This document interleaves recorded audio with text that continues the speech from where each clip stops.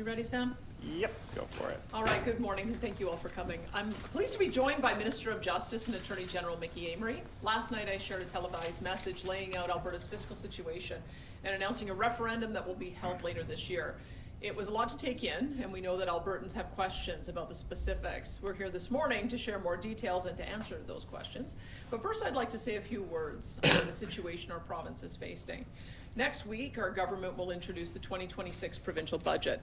And as I outlined last night, we've had to grapple with a deficit resulting from low oil prices and runaway population growth. Our medium and long-term solutions will see us double energy production to increase our resource revenues and continue to invest future surpluses in the Alberta Heritage Savings Trust Fund. The Heritage Fund is the true long-term strategy for addressing resource revenue volatility, and we have doubled it in size since 2021. To now over $30 billion. If we stay the course and continue to leave the investment income in the fund, we can reach our goal of $250 billion by 2050, which would allow us to weather oil price drops while still growing it for future generations. But we also have to address our budget situation right now. Alberta has dealt with low energy prices before, and we've absorbed periods of high population growth, but we've never dealt with them both at the same time, at least never quite as acutely as we have over the last few years. The key difference this time is around that federal immigration policies have foundationally changed. Ottawa used to prioritize economic migrants and newcomers with in-demand skills. This approach benefited our entire country, and especially Alberta, where it was one of the single biggest drivers of our success.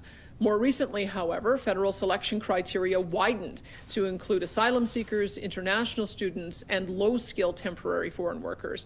In other words, recent federal policies have placed less emphasis on individuals who could immediately contribute to our economy. At the same time, Ottawa increased the volume of newcomers to an unprecedented level, and many of those newcomers have ended up in Alberta. That's not a surprise. Our province has attracted new arrivals for generations now. We've got a strong economy, lower living costs, and a high quality of life out here that is pretty irresistible as a package. What's different now is the scale and speed of the growth and the impact that it's had on our public services. The growth we've experienced is far beyond what our healthcare and education systems and our other social programs can sustain. Every new arrival, particularly if they bring their family, draws on Alberta's public services. Not every newcomer is a net contributor to the provincial revenues that fund those services, and that's the crux of the challenge facing us. To address this challenge, our government won't be resorting to deep and disruptive cuts to core social services. We'll continue to invest in healthcare, education, and the infrastructure and social programs needed to support a strong and diversified economy and to maintain our world-class standard of living. These investments will give our public services a chance to catch up with our population growth. Crucially, we'll also act to address the underlying issue, which is out-of-control temporary residents. At the end of the day, Alberta and our taxpayers shouldn't be expected to foot the bill for federal experiments in open borders. This is a tough topic for many of us. Welcoming newcomers has been and will continue to be a part of our story from the very beginning and into the future. And Albertans are some of the friendliest and most hospitable people you will find anywhere. I spent a lot of the last year talking to and listening to people during the Alberta Next panel, and I've never been more convinced than I am right now. But another thing that the panel encountered in every part of the province was frustration. Albertans are frustrated that their kids' educations are being affected. They are frustrated that their teenagers can't find a part-time job. They're frustrated that it's harder and harder to find an affordable place to live or a family doctor in their part of town. They're frustrated that they've never had a say in any of this, that they've never been given a chance to vote for these policies, which have nevertheless had a huge impact on the communities where they live and the public services that they use. Throughout the Alberta Next sessions, in every community, the issues that came up most often concerned immigration, as well as Alberta's fiscal and constitutional role within a united Canada. And the time has come to act on these issues. As I mentioned last night, the changes we're proposing represent a serious departure from the way we do things now. And our government believes we need a democratic mandate to carry them out. That's why we'll be holding a referendum on October 19th, 2026, asking Albertans to weigh in on our immigration system and on reforming the Constitution to strengthen Alberta's position within a united Canada. We will be asking Albertans if they support reducing immigration to sustainable levels, prioritizing economic migrants and Albertans' access to jobs, setting fair rules around who can access provincially funded services, and strengthening the integrity of our provincial elections. This is about fairness for Albertans and safeguarding the long-term sustainability of our public services. The referendum will also ask Albertans if they support working with other provinces to rebalance the Constitution, to strengthen provincial control over courts, to abolish the unelected federal Senate, to give the ability to opt out of federal programs without funding penalties, and get stronger protection for provincial laws. We know these are big questions, and their answers will have a major bearing on Alberta's future. That's why we're announcing the referendum today, when it's being held 8 months from now. We want to ensure that there's enough time to give these issues a fair hearing. We want to give Albertans a chance to consider their answers carefully before casting their ballots. The challenges we're facing have presented us with some tough choices, but as our government prepares to deliver the 2026 budget, it's clear that doing nothing is one of the options not available to us. And while Alberta's future is full of promise, Albertans are counting on us today to protect and strengthen the public services that they rely on. And that's exactly what we intend to do. I look forward to the debate on these critical issues, both in the legislature and in the public square over the next 8 months. And thank you. I'd now like to invite Minister Mickey Amery to share a few more details.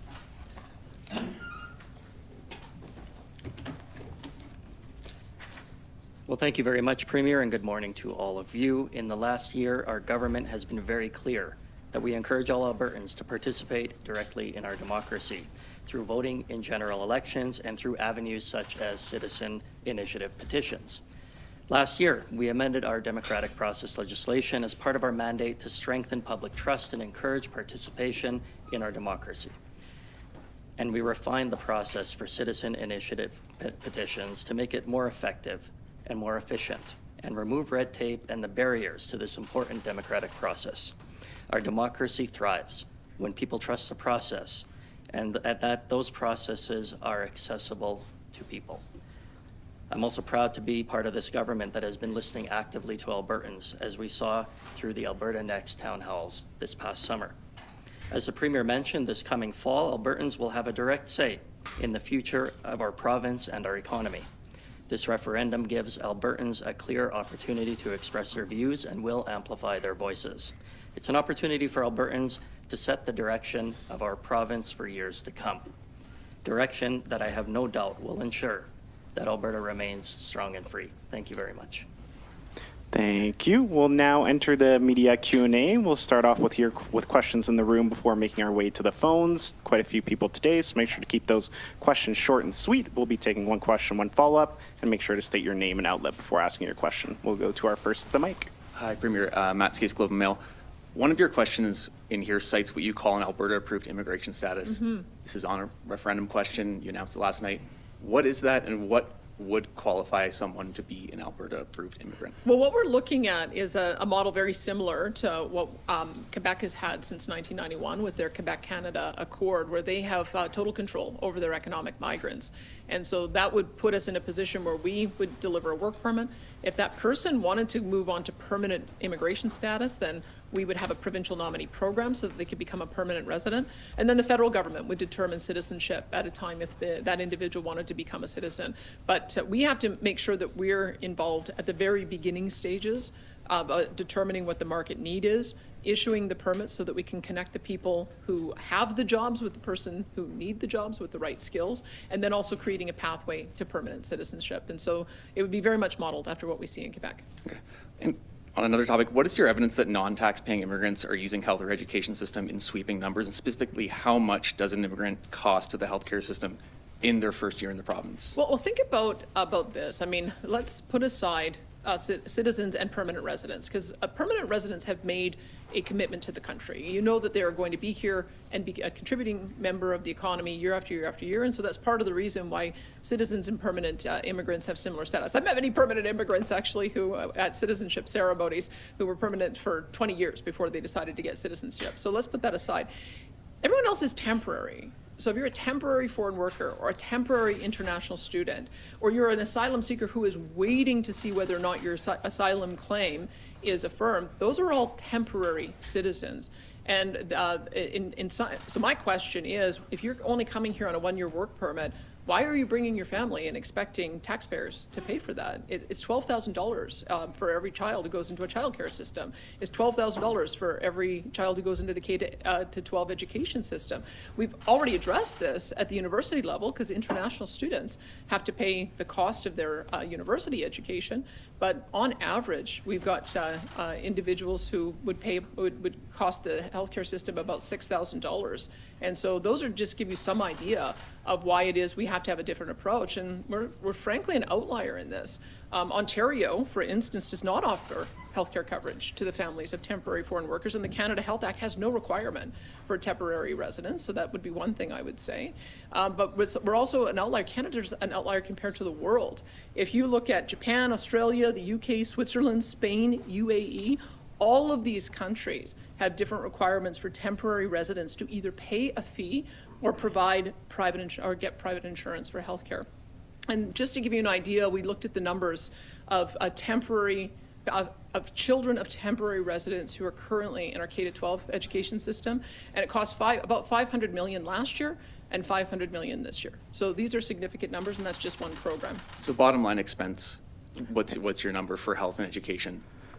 It's tough to know. I mean, we'd have to do the figuring out, but I can tell you, we had in 2021, to give you an idea of what a normal number of asylum seekers would be, it was 941. In 2024, it was in 2022, it was 1,995. In 2023, it was 6,050. In 2024, it was 10,050. And in 2025, as of November 30th, it was 7,125. So you can clearly see the trend. And what happens is we have no control over asylum seekers, whether they're approved or not. The federal government has such a convoluted process, it can take years and years before their claim is deemed to be legitimate. And oftentimes, the cost of supporting that falls to provincial governments. So if the federal government has a particular policy, they should be the ones paying for that. If people who are coming here for temporary reasons, then they should make sure that they have proper insurance, just as other provinces do, and just as required internationally. And that, and then we should support those who are permanent residents and Alberta and Canadian citizens, because they're going to be the permanent taxpayers. So I think that we just have to align our policies with the standards that we're seeing internationally. Shouldn't you have a number? We're going to have to go to the next and question. We got core 6 people issues here behind on the you. deficit. Well, look, I can tell you one thing. Again, we don't have an individual. No, we don't track residents and how much they use. All I can give you is averages about what things cost. We were able to see for education, just because we went through for the first time a comprehensive review of what is happening in our classrooms. So that's why I was able to give you that number. But I can tell you, when we look at our budget, we have about 225,000 residents who drive about $14 to $16 billion worth of spending. We have a certain number of residents who are very high users of our multitude of social programs. Now, I don't know what the breakdown is between those who are permanent citizens, Canadians, or permanent residents, Canadian citizens, or temporary workers, but we've got to find that out. Part of the reason we're bringing through our new driver's license attached to a healthcare number is we discovered we had 500,000 more people with healthcare numbers than we have on paper, the number of residents in Alberta. These are problems, and this is driving costs. And so we're taking measures to make sure that those who are Canadian citizens who came through the permanent immigration process and got their permanent residency are covered first when it comes to the opportunities available in the social programs, and those who are temporary, we're treating them as temporary. That this is what we're proposing. I mean, Albertans may decide that they disagree, but this is what we heard in our Alberta Next panel. It's part of the reason we're putting it to the people, because it is a substantial change in policies. And if we can get some more detailed figures, we will try to, but I can only give you sort of the average cost of what a typical person ends up costing our different social programs when they come to Alberta. Will you commit to more data? Thanks, Matt. Let's get to our next question. Well, if we can get it, for sure we will. Hi, Premier Mark Valeni with CTV Calgary. Some political analysts have called your proposed fee on non-permanent residents a, quote, head tax, and they argue that linking Alberta's budget pressures to immigration risks demonizing newcomers or discriminating against them. How do you respond to those concerns that this framing unfairly targets immigrants rather than addressing broader economic factors? Well, I think people should look at the reality of what's happening in other jurisdictions. Ontario does not offer health care coverage for families of temporary foreign workers. Canada Health Act has no requirement for temporary residents. There was just a ruling on that, an affirmation on that last week.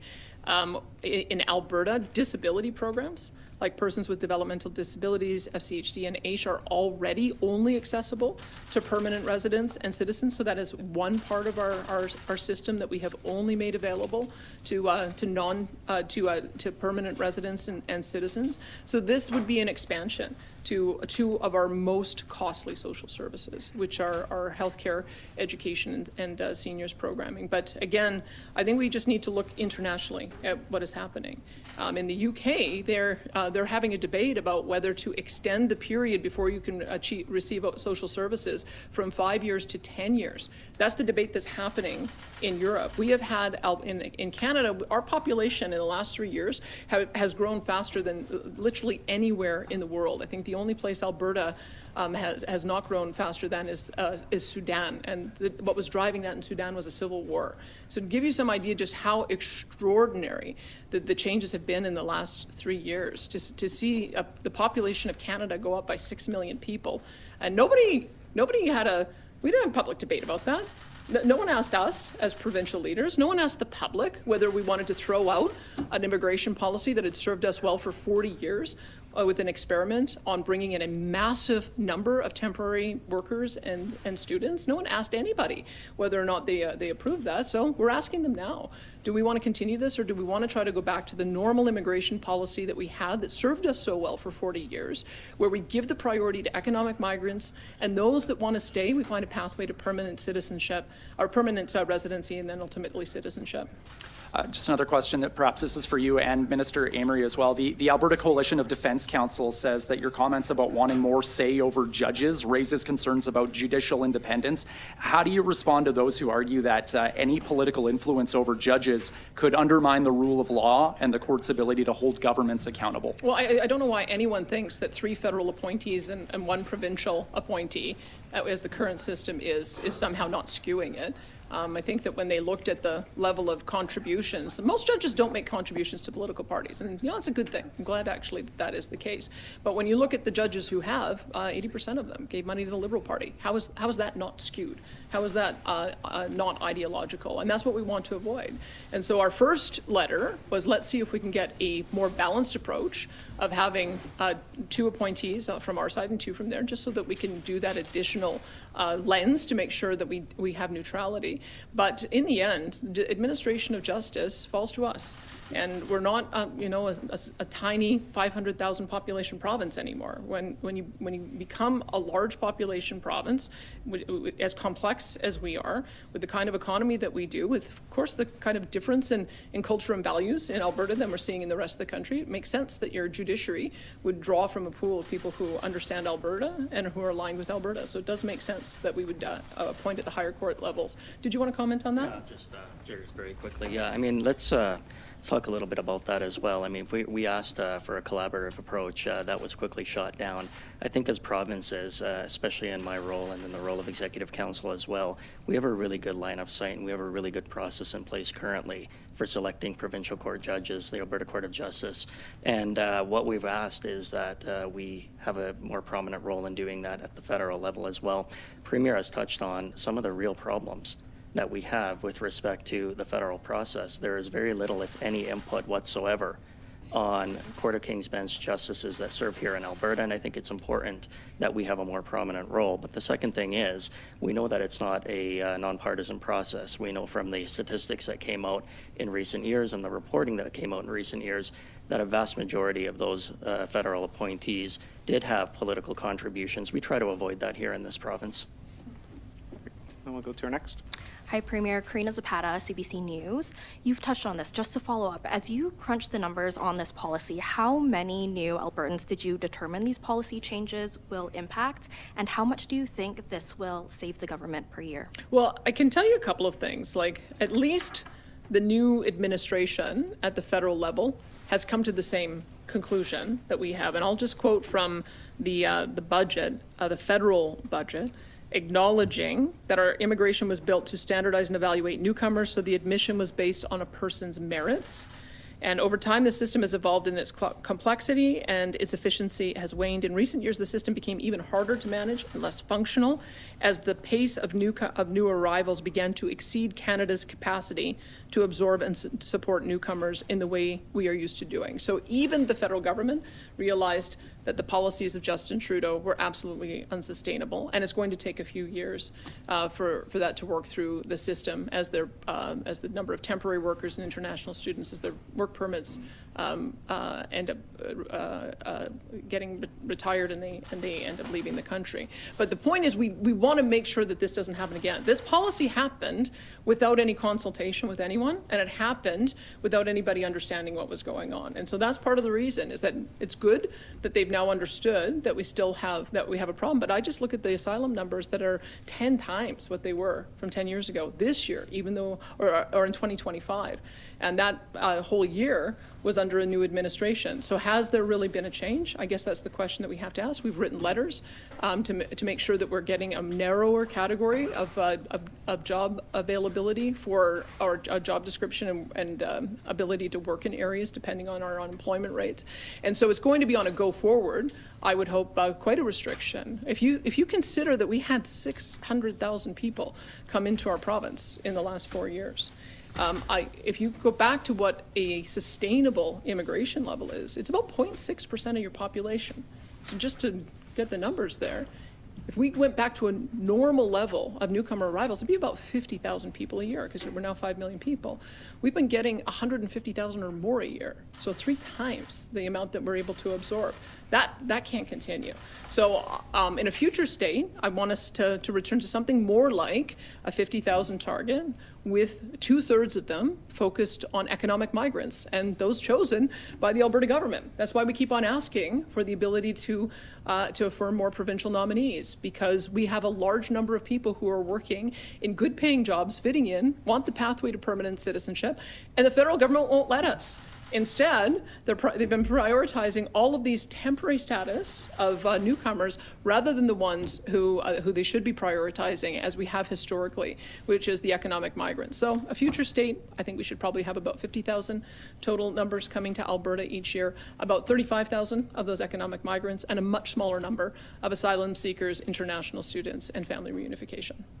Okay, but how much are you thinking that this will save the province, and will this change be enough to eliminate the deficit? And if not, why not look at other options like cutting services or raising taxes? Well, I mean, this is what we're talking about, is making sure the services are prioritized to the people who've registered a permanent stake in our country and our province. And that's Canadian citizens and permanent residents. And temporary individuals should be treated as that. Temporary, and tourists. I mean, I don't think any of us in this room would think that we would be able to go and work for a year somewhere else, bring our entire family, use their healthcare system and their education system. Like, just think of what your expectation would be if you were going to go to work somewhere temporarily for a year. And we just have to have the same standards here. I think because we had some confidence in the federal government that they were managing this properly, because they were managing it properly, up until we got to COVID. And then post-COVID, it went completely off the rails with a completely insane policy that every single province is suffering with. There isn't a single province that is managing to run a balanced budget this year. So combination of the decisions of Justin Trudeau to suppress all the ways that we could make money and earn revenue, at the same time as expanding all of the costs associated with delivering very expensive social programs, has put us in a position where it's going to take a little bit of time for it to sort itself out. Hi, Premier Drew Strand at Global Calgary. In January 2024, you were on a podcast saying you wanted to increase Alberta's population to more than double Alberta's population to 10 million, as well as, the Alberta is Calling campaign was launched as well, looking for those economic migrants to come to Alberta. I guess, what was the metric that caused this change in your stance on migration, when this had been something that you'd been championing for a number of years, including your letter to Justin Trudeau in 2024? Well, look, I mean, my letter to Justin Trudeau was about what I talked about before, that we need to have more control over permanent residents and provincial nominees, because those are the ones who've come here, found a job, fit in, want to stay, and want a pathway to permanent citizenship. They reduced us down to, I think, 4,500. We believe it should be more like 35,000, that Alberta should be controlling the number of economic migrants and matching those with the skills with the jobs that are available. And that stays true. It's the same position that I had 3 years ago and the same position I have today. I think it's a matter of time scale. We certainly can't double our population in 3 years, which it seems like the federal government was bent on doing. You can probably double your population by 2100, maybe. In Alberta, we might go a little bit faster than that because people do want to move here, and I've seen some recent demographic expectations that we might surpass British Columbia. But the pace that we were growing was unsustainable. I thought that we had the tolerance to be able to create jobs. We've been a very powerful job creator, but clearly it's broken. Like, there is a point where you have to look at the reality. And the reality is you cannot build homes fast enough to accommodate 150,000 people a year coming here. You cannot build schools fast enough to accommodate 80,000 new students coming here in 3 years. You cannot build hospitals and long-term care fast enough to be able to accommodate that population. So it's the speed. I think we can accommodate 50,000 a year, but we certainly cannot accommodate triple or quadruple that. And that's the reason why we've got to get a better handle on this. And on net migration. And if I may also say just one more thing. You have to remember where we were in 2022, right? We had CBC writing stories, why does no one want to live in Alberta? And talking about the U-Hauls that were leaving Alberta, because that was the case under the NDP, and then because of COVID, we actually had declining population in our province. We had school boards talking about closing down schools and eliminating school spaces, and yet when we looked at the unemployment figures at that time, and remember the program was launched before I became leader, but it was because in June we had a 4.9% unemployment rate, in July a 4.8% unemployment rate. We had many big projects that were going to get that were getting to final investment decision, whether it was WestJet and all the supply chain associated with that, the new de Havilland aerospace field, the net zero plastics from Dow Chemical, one of the biggest projects that we've ever had in our history. We needed to have skilled workers. If you look at our program, we coupled it with an incentive to rebate skilled workers $5,000 if they move to Alberta. We thought we were doing a very targeted ask to get skilled workers here. But as I said, we had no idea that Justin Trudeau was taking all limits off all of those programs because they didn't ask us, they didn't tell us, they just did it. And as a result, we ended up, and I think every province was in the same position, which is why the federal government has had to change gears. But we have to make sure this doesn't happen again. Like, you shouldn't be able to completely upend 40 years of established policy without talking to anyone about it, especially when the cost falls to the provinces. You just briefly talked about all these people leaving in Alberta in 2022, where the net migration stats on the Alberta government website shows that there was a ramp up in migration to the province starting in 2021. Q3, for example, we saw 190 international people come to Alberta, the lowest it's been since 2021 after that peak that we saw in 2024. So I guess that's not exactly factual that all these people were leaving when we were seeing records amount of people coming during that time. I guess, you know, you're kind of saying one thing when the reality shows another there. I think you should look at the reality of what happened post-COVID. And you will see an extraordinary change that happened post-COVID. And it happened almost completely along asylum seekers, international students, and temporary workers that were low skill.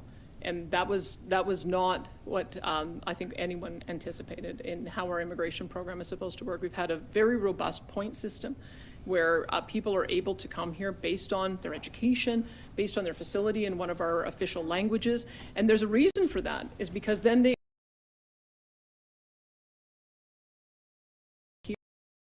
who don't have basic skills, don't have a job, don't even speak English, then all of a sudden you've created an environment where they're going to have to rely on government services.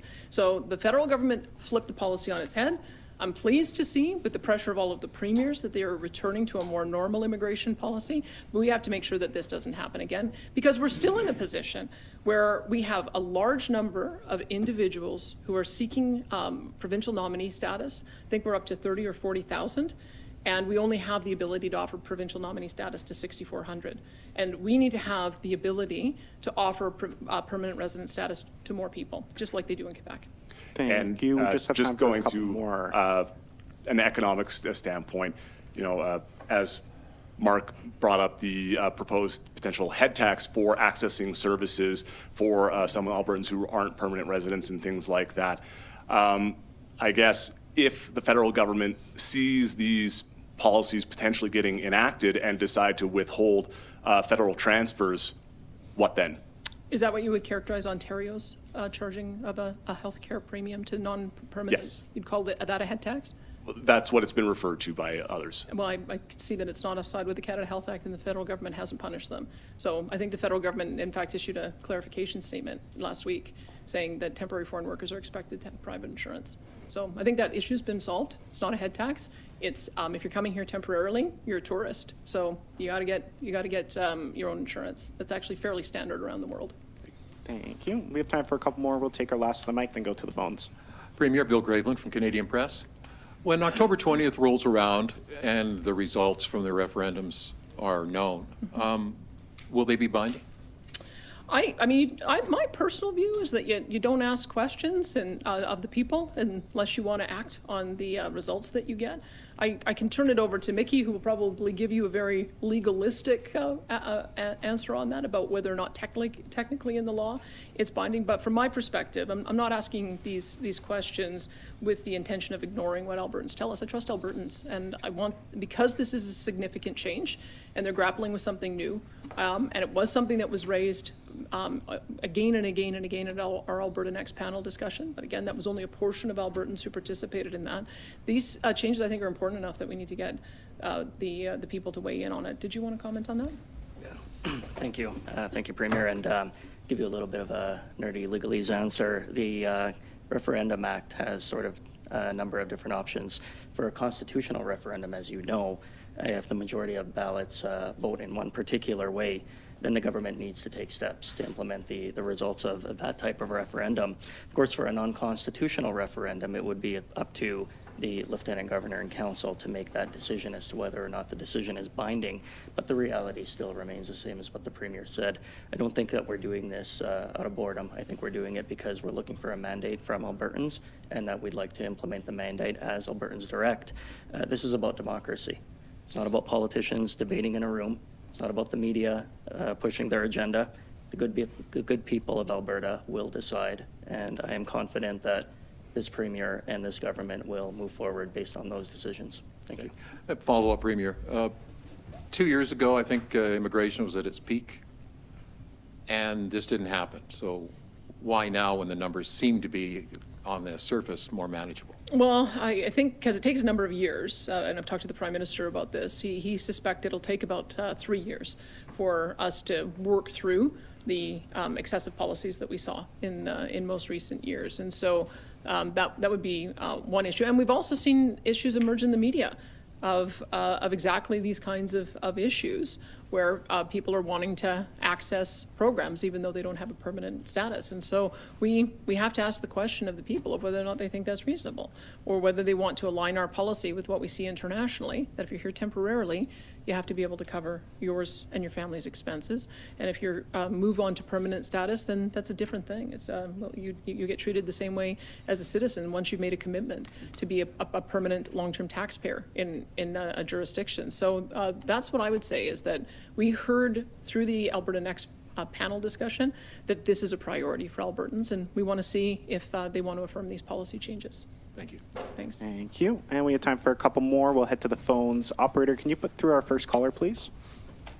We have a question from Robert Notley from Bloomberg News. Your line is open. Yeah, hi. It's my understanding that Alberta has attracted a lot of like tech workers from the U.S. who are on H-1B visas after they changed the policy. Those people I think have come here on temporary work visas. Won't this inhibit your ability to continue to attract or build a tech sector if those people have to come in, and I guess the companies will have to cover their health insurance? Well, I guess what I would say is that those are workers who will often seek permanent status. So the pathway ought to be come in as a temporary worker, and if it is a good fit and you're going to stay for a longer period of time, be able to get your permanent resident status, at which point then you would qualify for the same access to programs as somebody who's a citizen. But the temporary status, especially if you're talking about those high-income tech workers, I mean, perhaps their companies should pay their insurance. If they have a high income, perhaps they should pay a premium. But what we're concerned about is the number of low-skill temporary foreign workers, international students, and asylum seekers who may not be here on a permanent basis and able to be long-term permanent taxpayers. And so we have to look at two different approaches. The approach that we want to take by taking more control over the economic migrants would be exactly what we're trying to establish here is if we give them an Alberta work permit, and they move on to a pathway to permanent immigration, and they ultimately become a citizen, all three of those steps would qualify them for social programs. If we know that we need them, and we know that they're going to be making a long-term commitment here, we want to provide a pathway for them to be able to enjoy the same services as everyone else. A follow-up, a separate issue.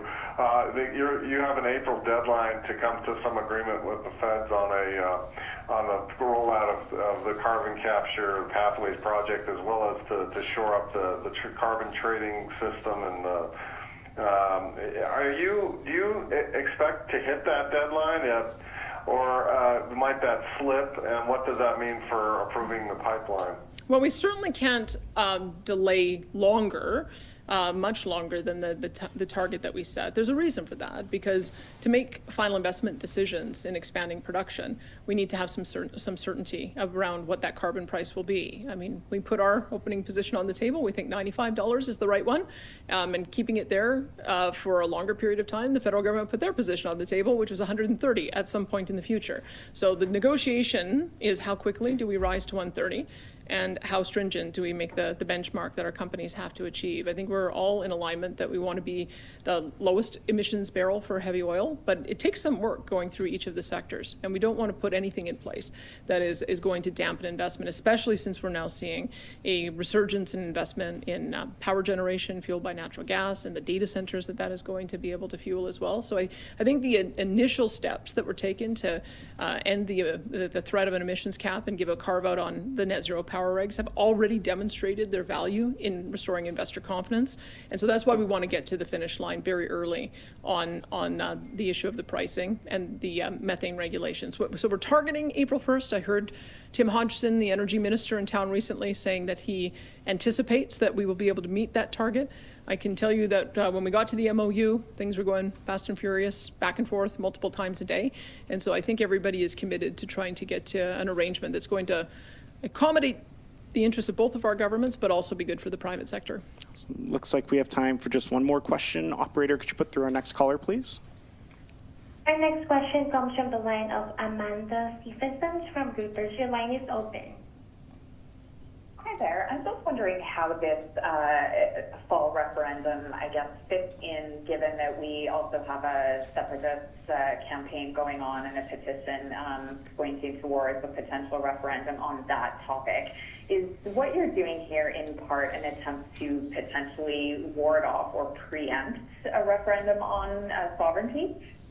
Well, I can tell you that this is the view that our government has, is that these are the kind of things that will give Albertans hope that the Federation can work. This is why we put them on the table. This is why we consulted with them. And that's been my commitment, is for us to continue fighting for a sovereign and independent Alberta within a united Canada. So this is the suite of recommendations that we're proposing. However, there are a couple of citizen-initiated petitions out there, some of which will finish in time for that vote to be put on the ballot as well, if they get the requisite number of signatures and they're validated. So whether it's the independence petition or the coal petition, if they get the requisite number of signatures, our intention would be to put those on the ballot at the same time. Okay, so same ballot, same day. Yeah. Yeah, okay, thank you very much. Thank you. And seeing no follow-up, we'll squeeze in one more question. Operator, could you put through our next caller, please? The next question comes from the line of Will Busser from Western Standard. Your line is open. Hi, Premier. So this morning, the Deputy Opposition Leader called this approach on immigration and the referendum an attempt to be divisive, to pit people against each other, and it's emboldening some dark and disturbing behavior. Could you comment on that? Well, I'm accustomed to seeing the NDP try to scare people. They do that all the time. They make hysterical claims that are not true, and they're the ones who I think feed polarization and division. This is a very real and serious issue. Immigrant communities have raised this with us as well, because anyone who came here through the old system that we had are equally frustrated at what they're seeing, that there's essentially no controls, and hasn't been for a number of years. I think the official opposition is offside as well, but the current leadership at the federal level, which has very clearly been working to undo a lot of the damage of these kind of policies over the last few years. And they might be even offside with their own union leadership. I've seen union leadership for many years complain that temporary foreign workers flood the market and depress not only job ability, but also depress the wages. So I would say that it's not us that's offside with where the public's at. I think it's the official opposition. And then my follow-up, or my second question on that is, today Rachel Notley and Thomas Lukaszuk have thrown out accusations of Nazi tactics when referring to this immigration approach. Could you comment on that as well, please? That's gross. It's just disgusting. Any mention to, if you're going to call somebody a Nazi, you better be referring to the Holocaust and the devastation that caused to the Jewish people. That is disgusting language, and it should never be used. If they want to have a serious conversation about immigration levels, let's have it. That's what a referendum is all about. And quite frankly, as I've mentioned, this is the same kind of policy that was affirmed last week by the federal government when it came to saying that temporary foreign workers should have private insurance when they arrive. It's the same policy that already exists in Ontario. And we are asking Albertans if they want to have a system that puts Albertans, citizens as well as permanent residents first when it comes to taxpayer-funded programs, and then have reasonable premiums and the ability of those who are temporary to access the programs with their own resources. But that kind of language has no place in this debate. Thank you, and that's all the time we have for questions today. Thanks everyone for joining.